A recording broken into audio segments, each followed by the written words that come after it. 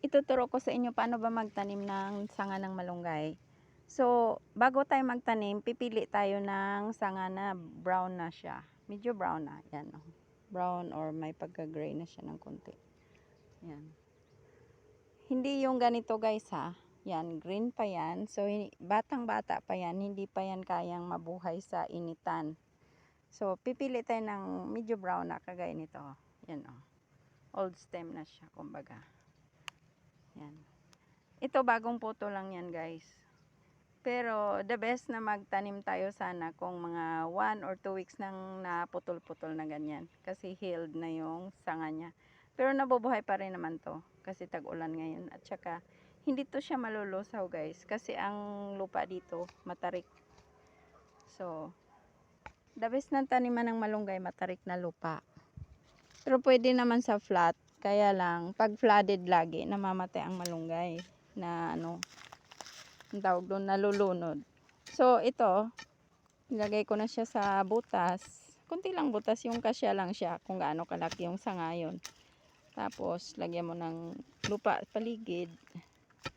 Ganyan. Naayos na natin lupa. Tapos, lagyan nyo siya ng bato guys. Pampatuwid. Yan. Lagyan ng bato. Para sturdy siya. Baga, matibay talaga siya kahit uga-ugain. Kung meron naman kayong time na magawa ng tree guard, lagyan nyo ng tree guard para hindi talaga siya mauga in case na masagi ng tao.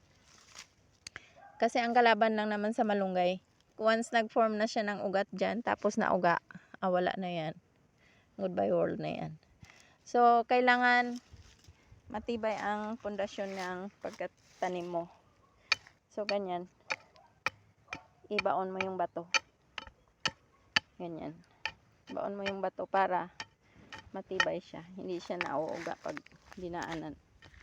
Diba, nasasagi siya ng tao or ng mga hayop. Yan. So, ganyan lang guys. Ngayon, Agosto, so tag-ulan, hindi na kailangang diligan ang malunggay. Pero pag summer, magtanim ka niyan, didiligan mo up to 3 months.